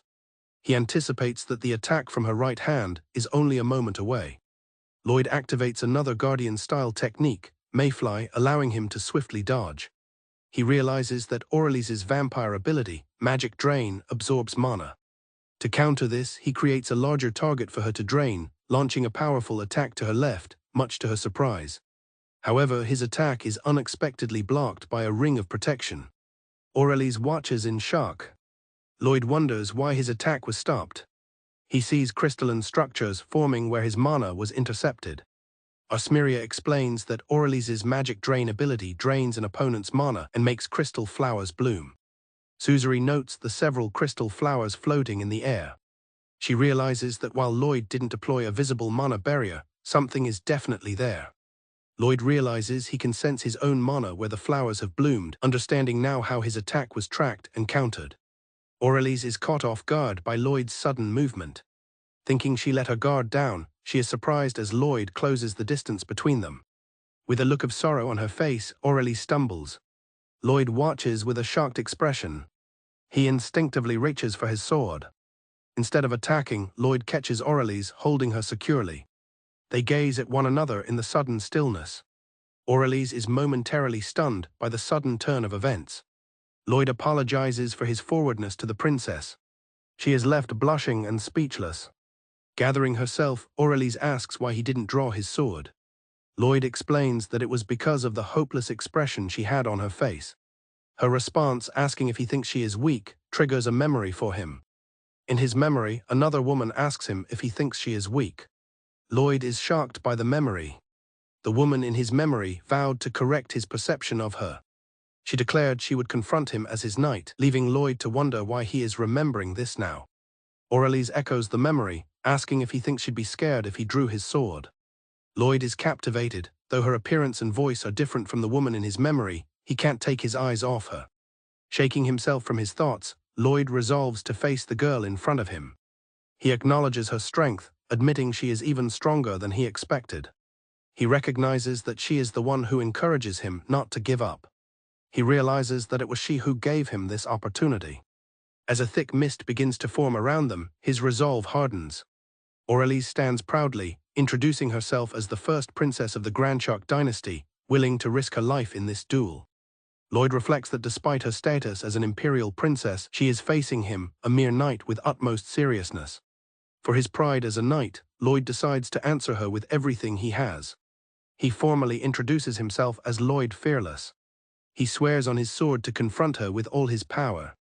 A flashback reveals the immense pressure placed upon a young Aurelise by her mother. Her mother instructed her to never forget that she was the hope of the Grandshark family's next generation. The young princess eagerly accepted her role with a cheerful declaration. Aurelise recalls meeting another girl her age named Elisile. At the time, Aurelise hid shyly behind her mother. Despite her shyness, she felt a strong desire to meet Elisile again. Her mother called her name, pulling her attention back. Her mother's words solidified her path, commanding her to never lose to the holy princess, Elisile. This was her duty as the Demon Empire's princess. Aurelise accepted this fate as the meaning of her life. This singular focus drove Aurelise to become stronger and excel more than anyone else. She believed that as the demon princess, she could not lose and had to be the absolute best. Her entire childhood was dedicated to this goal, believing she had to rule over everything. She pushed herself relentlessly, feeling she was no longer a child. Arriving at the school was supposed to be the moment she could finally stand as their equal. But to her dismay, she felt that the other princesses, including Alicil and Runia, refused to see her as a true rival. Their only common ground seemed to be their royal positions. Adding to her frustration, the one who ranked above them all was not a princess. It was Lloyd from the Sky Empire. She couldn't understand how a simple escort could surpass them. Aurelis reflects on the Sky Empire, the nation that ended all wars. She thinks of its mysterious emperor who created the armistice barrier a century ago before fading from memory. As someone from an empire where strength is judged by combat, she felt a particular curiosity about him. She believes that if she can defeat Lloyd, she will finally gain the acknowledgement she has craved for so long. This thought fuels her determination. The flashback ends, and as the duel continues, Aurelis wonders if this is her chance to finally prove herself. A profound crimson mist begins to envelop the arena, her power manifesting. Inside the mist, Aurelis explains her ability. By touching the mist, she can absorb the mana from his illusions. Lloyd is taken aback by such an ability. He realizes he has seen this technique before. Aurelis laughs, declaring that he is now trapped in her castle. She unleashes her ultimate technique, Crimson Palace. The mist becomes a mirror, projecting countless images of her as she invites him to dance until a phantasm moon blacks out the sky. Surrounded by laughter and fleeting images, Lloyd quickly discerns that this is not her controlling magic eye, but a different power altogether. He realizes he is caught in a disorienting magic eye of illusions. She tells him that he cannot see anything. From her reflections, Aurelis taunts him, claiming his sword will never reach her true self. Grateful for the challenge that allows her to grow stronger, Aurelis presses her attack. Lloyd struggles within the vampire's castle, striking at illusions and desperately searching for her real body. Aurelis suddenly appears beside him, whispering in his ear. Recognizing the immediate danger, Lloyd prepares to unleash his first technique, Void Breaker, to cut through the illusion itself. His powerful slash shatters the Crimson Palace, the mirror-like illusions breaking into pieces around him. Her laughter echoes from the shards. Lloyd realizes something is wrong. Through a remaining shard, Aurelis reveals her other eye, its magic glowing. Lloyd is horrified, realizing she activated her second magic eye in advance. He is stunned by the feat of using both eyes simultaneously. Her magic confines time within the crimson mist. Lloyd understands that looking at this eye renders his mindless repetition ability useless, leaving him trapped. With Lloyd completely caught in her trap, Aurelis closes in and unleashes her final decisive attack, Crimson Glare. Aurelis unleashes a powerful attack, sending Lloyd flying backward amidst shattering energy. His mind flashes back, wondering if this is where his journey ends. Armeria's words echo in his mind, questioning if he will lose in such a place. He remembers telling her of his ambition to surpass all the mages of the 7 empires. She entrusted him with the duty of being the Sky Emperor's shield, urging him to become the strongest knight. Her words telling him he could always fly high resonate deeply within him. He recalls their shared dream to change the world together. Clenching his fist, Lloyd reaffirms the promise he made to become the strongest. With renewed focus, Lloyd declares he will protect his lord's dream, stunning a shocked Aurelis. Lloyd counters with his third guardian style, creating a mirror to reflect her attack. Aurelis realizes with shock that he copied her spell while they were fighting. This implies his real body is not where she thought it was, adding a new layer to the fight. He follows up with his second guardian style, summoning a shadow armor to attack. Aurelis quickly evades, declaring that the fight is not over yet. She unleashes her own technique, creating an endless dance of shadows within the crimson mist. She casts Bloody Illusion, creating multiple copies of herself to attack Lloyd. Frustrated, she wonders aloud how he managed to survive and become so powerful. Lloyd calmly uses his first technique, Floating Leaf, to navigate the chaotic assault. He moves effortlessly through her illusions, vowing that he will reach her. Facing his advance, Aurelis strengthens her resolve. Tears streaming down her face, Aurelis passionately declares her identity as the demon princess, refusing to be defeated. A group of onlookers, including other princesses, watch the battle on a large screen. 2 Beastkin girls comment on how strong Aurelis has become.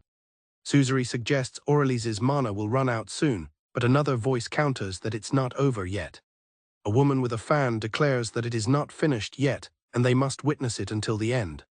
Sieba adjusts his glasses, shocked at Lloyd's capabilities. Canon watches with tears of pride, exclaiming that's her brother. Letitia is moved, finding the fight beautiful. She observes that they are dancing together, locked in a graceful, violent embrace. Lloyd realizes the fight is not over yet. He is amazed that even after using so much mana, her strength continues to increase. Aurelise calls him out for trying to stall until her mana runs out. Lloyd is shocked by her stamina. She closes in, declaring that she can still fight for a while longer. Aurelise traps Lloyd inside a blood prison, a cage made of dark energy. Aurelise stands triumphantly before the trapped Lloyd, telling him he cannot run away from her castle. Trapped Lloyd deduces her strategy is to attack him relentlessly to seal his movements. Aurelise dismisses the idea, stating that there is no such thing as a limit. She believes that as long as she can steal his mana, she won't have to be ashamed of herself. Aurelise unleashes a binding spell from her fan, ensnaring Lloyd. Lloyd feels the bounds contracting around him, squeezing tightly. She prepares to unleash a powerful finishing move, calling it her Fang. Facing the immense attack, Lloyd stands his ground, completely fearless. Aurelise unleashes her ultimate attack, a powerful surge of energy she calls her Fang. Lloyd stands calmly, his sword at the ready, facing the incoming blast. A brilliant magic circle materializes in front of Lloyd, much to Aurelise's shock. She stares in disbelief, realizing he must have been drawing the circle while evading all her previous attacks. Lloyd recognizes the technique as barrier art, just as Armeria had taught him. He remembers Armeria's wish to see a world where fighting was unnecessary, hoping her magic could become a deterrent. Lloyd had listened intently, understanding her contradictory but noble goal. He recalls perfecting the technique, driven by the desire to fulfill her dream. He thinks back to a time of failure, wishing he could have protected her. He laments that his barrier was incomplete back then, but now, after thousands of years, he will use this magic once more. Fueled by the desire to see her again, Lloyd unleashes his fourth technique, Colorless, a spell that warps the very space around them. Aurelise recognizes the forbidden barrier art, a magic exclusive to Imperial bloodlines, and wonders how he could possibly know it. Lloyd's spell dissipates, leaving behind a field of shattered energy. Aurelise questions why he waited so long to use such a powerful spell, if he could have ended the fight earlier. Lloyd explains that he had to use it precisely because she was so strong. She accuses him of not taking her seriously, but he earnestly tells her that was not the case. Lloyd explains that to truly experience Her Highness's skills, he had no choice but to use many of his own. He admits he only used the barrier art because he genuinely thought he would lose if he did not. His genuine respect brings Aurelise to tears. With her energy spent, Aurelise falls from the sky, resigned to her defeat. Lloyd rushes forward and catches her gently. She murmurs an apology before passing out in his arms. Aurelise concedes, telling him that this is his win. Her form dissolves into light, signaling the end of the illusion. Lloyd feels the teleportation magic begin, recognizing the feeling from when he first arrived. Aurelise reflects that perhaps this was their fate, while Lloyd looks on in surprise. He rematerializes on a magic circle in the center of the arena. Canon and her friend rush forward, calling out to him with concern. Lloyd realizes the voice he heard belonged to the real Aurelise, who now stands before him.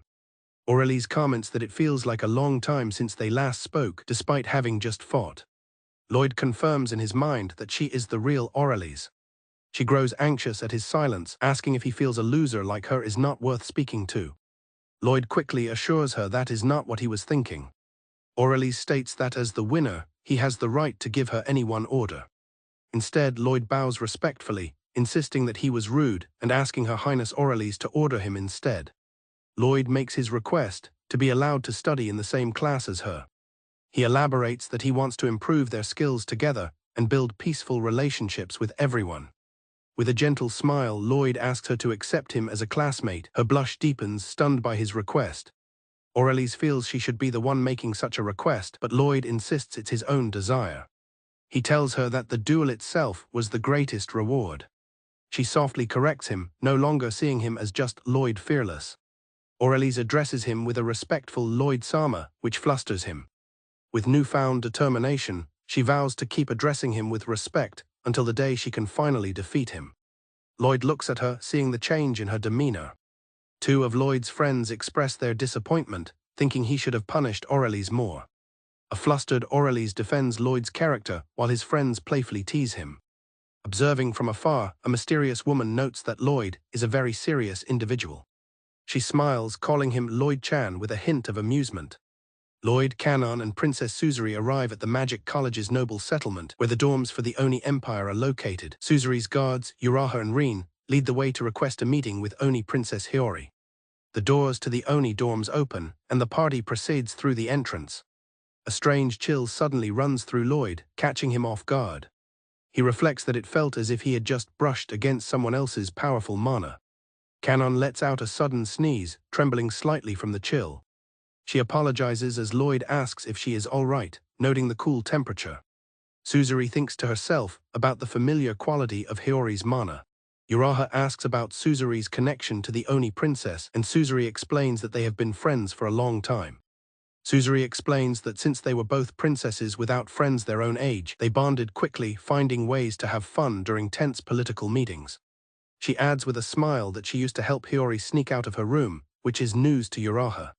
Suzuri reveals that Hiyori was originally a tomboy, a fact that Rin seems to delight in knowing over his senior, Uraha.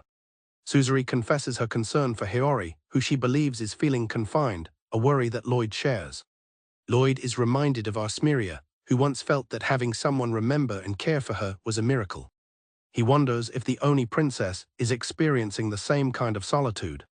With a gentle smile, Suzuri expresses her gratitude to Lloyd and Kanon for joining her. Kanon blushes, saying she is looking forward to meeting Hiyori. Lloyd agrees that it would be nice if they could all meet her, though it depends on her health. Up ahead, Uraha argues with Hiyori's guards, insisting they should be allowed entry, but is met with firm refusal. Uraha tries to explain the situation to the guards blocking their path. However, Nioi, one of the Oni princess's guards, sternly informs them that Hiyori is not seeing anyone and tells them to leave. Lloyd recognizes the Oni princess's guards from a previous encounter. He observes the impressive amount of hostility burning off of Nioi. The other guard, Rakusha, steps in, telling Nioi that Hiyori has accepted the visitors and he should open the gate. Nioi glares back at Rakusha, defiantly yelling that he will not let them pass. Rakusha bows deeply to Suzuri, apologizing for the delay and asking them to wait. She grabs Nioi's arm, telling him they need to talk, and he responds with a defiant smirk, ready for a fight. Rin angrily questions the guard's behavior in front of Suzuri, but she calmly tells him it's fine. Suzuri explains that if this is how things are done in the Oni country, they should not interfere.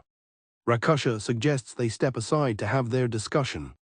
Nioi grimly agrees, clarifying that this won't be just for show.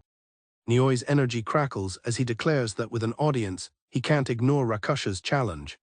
Rakusha stands firm, her hands poised as she addresses his defiant attitude. With a determined gaze, she states that she will have to correct it. Lloyd recognizes this is a real battle, unlike his illusion fight, and fears someone could get hurt. Suzuri realizes that Nioi isn't just intimidating, he is completely serious.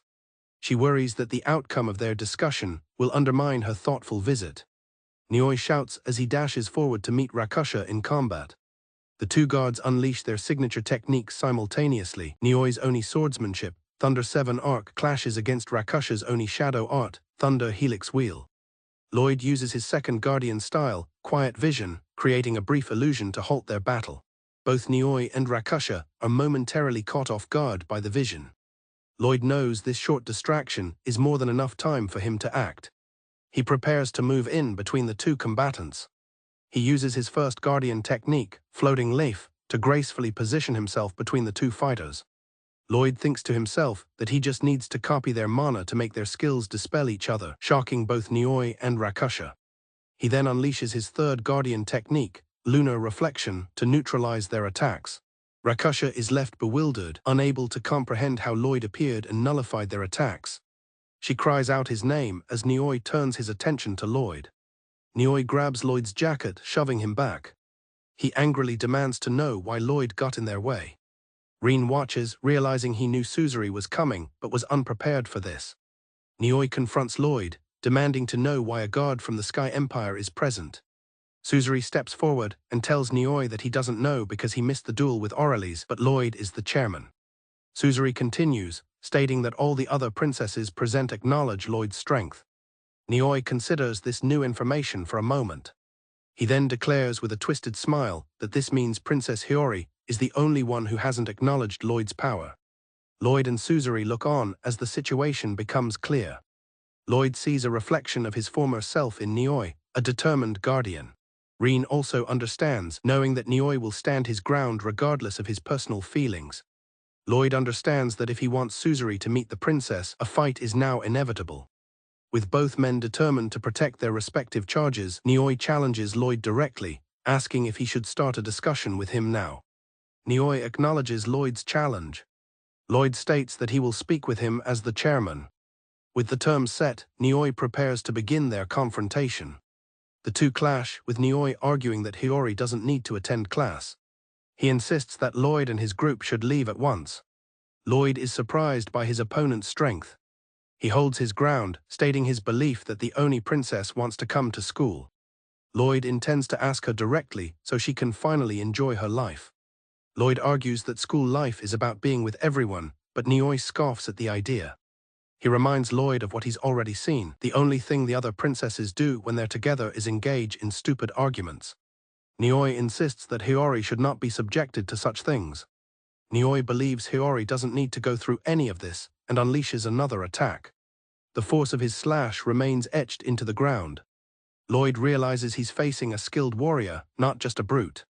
Lloyd understands that the longer the fight continues, the more the battlefield will be filled with these dangerous slashes. He knows he has to end it quickly before he loses his footing. Nioi insists Hiyori can simply have teachers come to her and doesn't need to get involved with them. He declares that the time for talking is done. Nioi unleashes a powerful technique, Oni Swordsmanship Thunder 7 Arc. Lloyd recognizes that the first blow is the strongest and prepares to block it. Lloyd summons a ring of protection to withstand the blow. He resolves to finish the battle before the other 6 attacks are unleashed. He knows he can't keep blocking such powerful blows indefinitely. Nioi argues that the class issue may never be solved. Lloyd counters, exclaiming that this continent was the same 1,000 years ago, yet the world changed. He passionately declares that as long as people wish for peace, all fights will eventually end. And just as the world can change, people can change too, so long as they believe. With conviction, Lloyd parries Nioi's blade, vowing to protect it all. He declares he will protect both the Oni princess's school life and the feelings of everyone involved. Lloyd takes the final slash head-on, choosing not to dodge. Nioi's eyes widen in disbelief. He is stunned that Lloyd didn't even try to evade the last attack. The Lloyd he struck vanishes, revealing itself as an illusion from his second guardian style, shadow armor. Nioi turns in shock to find the real Lloyd standing behind him, unharmed. Lloyd calmly states that they are both guards. Lloyd explains that their role as guards is to protect. However, he clarifies that this doesn't mean locking their liege away in the name of security. He continues, saying they must protect their charges in the world that they want to see. He asks Nioi what kind of world the Oni princess truly wants to see. Nioi listens, the words striking a deep chord within him.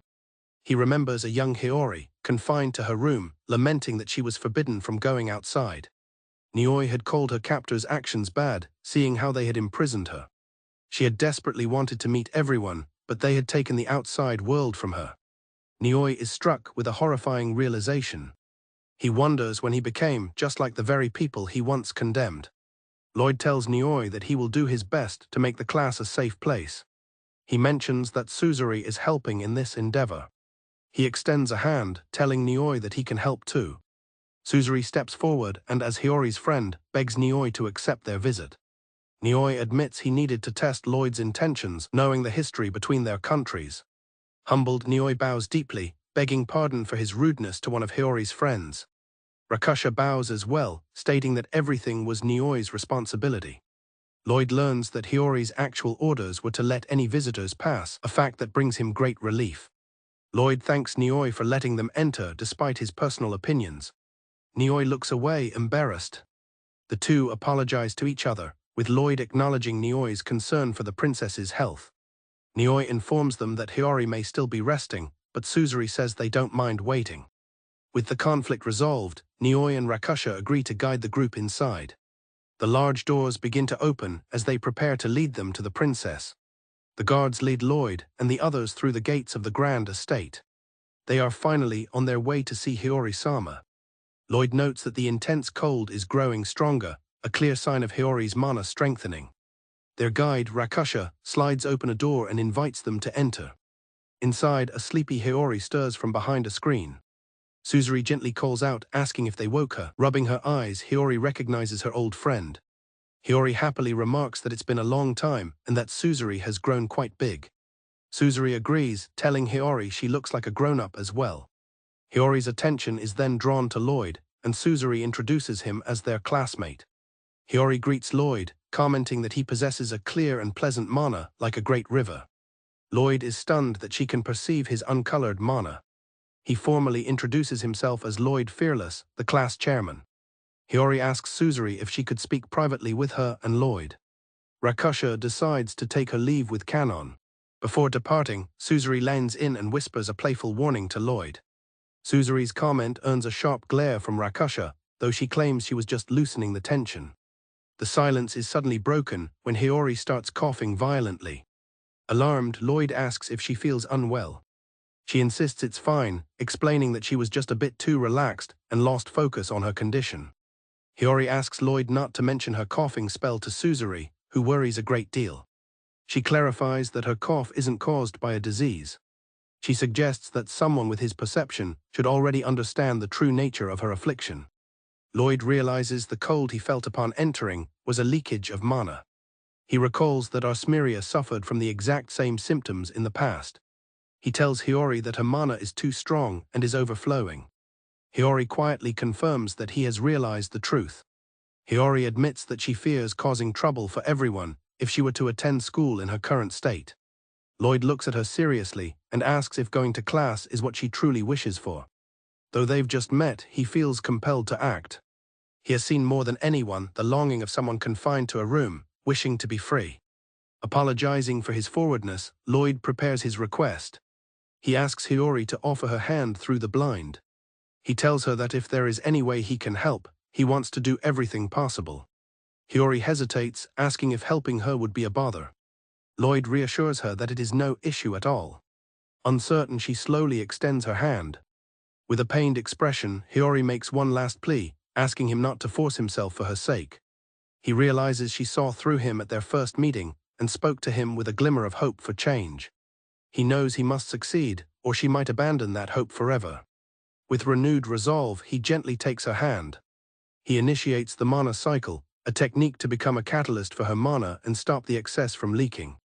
The moment their hands touch, an immense, freezing wave of power surges into him. He grits his teeth, realizing just how much mana she truly possesses. The sheer force of her power manifests as an arctic blast. He is stunned by the extent of her strength. The cold is so intense it feels like it's tearing him apart, and he wonders how she could have borne this burden alone for all these years. He tells himself to stay concentrated and not lose the flow of her mana. His most important thought is to not lose her. Outside the room, Suzuri and Rakusha feel a sudden shift as Hiyori's chilling mana changes into a comforting warmth. Kanon smiles knowingly, certain that everything will be fine. She knows it's because her brother is with Hiyori, as the two are enveloped in a gentle glow. Hiyori is amazed to feel her mana flowing calmly, finally stabilized. Lloyd explains that he cycled her excess power and promises to help again if it ever stagnates. As she worries about getting along with everyone, Lloyd encourages her, suggesting the entrance ceremony tomorrow would be a good chance to make up for lost time. With a look of pure gratitude, Hiyori thanks Lloyd. From the hallway, her guard Nioi watches them, his expression unreadable. At a grand party, Lloyd observes the large crowd, noting that while it's less packed than the exam hall, it's still quite full.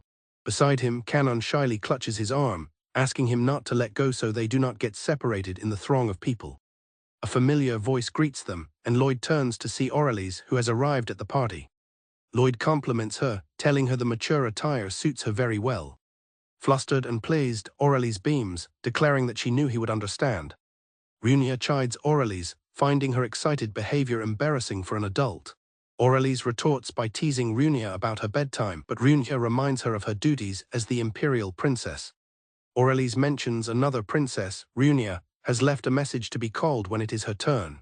Runia asks Lloyd what business he has with her, stating she only came to congratulate him on his recent duel victory. She adds that with him present, he will hear firsthand about the unfavorable battle results. Their conversation is interrupted by a new arrival calling out to Lloyd and Kanon. Lloyd greets the newcomers, Suzuri and Hiyori, pleased to see they came together. Suzuri notes that Hiyori seems to be doing much better, which Aurelis attributes to Lloyd's recent visit. Aurelis and Suzuri begin to argue about not being invited to see Hiyori. Suddenly, two beast-eared girls greet Lloyd and Kanon, inviting them to eat with them. Amidst the growing commotion, Suzuri becomes frustrated that she cannot even have a proper conversation with Lloyd. Feeling overwhelmed, Hiyori quietly asks Suzuri if she can step away for a bit. Suzuri offers to go with her, but Hiyori insists she will be fine alone since her guard, Raksha, is watching. As she walks away, she apologizes to Suzuri for always making her worry. Suzuri watches her go with concern. A man with horns, Nioi, approaches Lloyd, who asks him to drop the honorifics since they are both bodyguards. Nioi says he wants to talk about Hiyori, but not in the crowded room. Lloyd agrees, telling Kanon he will be back shortly. Kanon watches him go, musing that her brother seems to make new friends every time he crosses swords with someone. On a quiet balcony, Nioi thanks Lloyd, explaining that Hiyori's magic power has stabilized significantly because of his help. Lloyd is glad he could be of service, but questions if the immense power he felt was truly Hiyori's alone. Lloyd describes the feeling of channeling her magic, a cold power like a snowstorm that seemed to crush her gentle energy. He presses Nioi, certain he knows something about it. Nioi admits that as a bodyguard of the Oni Empire, he cannot disclose everything, but confirms that Hiyori is struggling with that power. Nioi explains that Hiyori shuts herself away and builds walls, trying not to make anything precious. He fears that if she finds something to love, it could bring her pain. He laments that perhaps he should have tried harder to send Lloyd away back then. Overwhelmed with emotion, Nioi confesses that even now, he does not know what to do. His only desire is for Her Highness to keep smiling. Elsewhere, Hiyori stands alone, her expression somber. Hiyori thinks to herself, apologizing to Suzuri for distancing herself again. Despite the lively party around her, she feels completely detached, as if it is all someone else's business. She knows that even if she went outside, nothing would change. She can control her power for now, but worries about what will happen someday. As she stumbles, a mysterious woman with long dark hair appears behind her and asks if she is okay. The woman asks if Hiyori was overwhelmed by the crowd. Hiyori looks up, recognizing her. Before Hiyori can react, her guard Raksha steps in. Raksha demands to know who the woman is. In a flash, the mysterious woman uses some kind of power on Hiyori. Raksha is also caught in the attack, her eyes going blank. The woman captures Hiyori, taunting her that a princess cannot leave her knight behind. She tells Hiyori that her knight Lloyd will surely come to rescue her just as a torrent of ice erupts around them. Back on the balcony, Lloyd senses a strong magic power that swells for a moment before disappearing. He and Nioi rush back inside, where they are met by a panicked Suzuri. With a look of terror, Suzuri delivers shocking news to the two bodyguards. Hiyori is missing. Before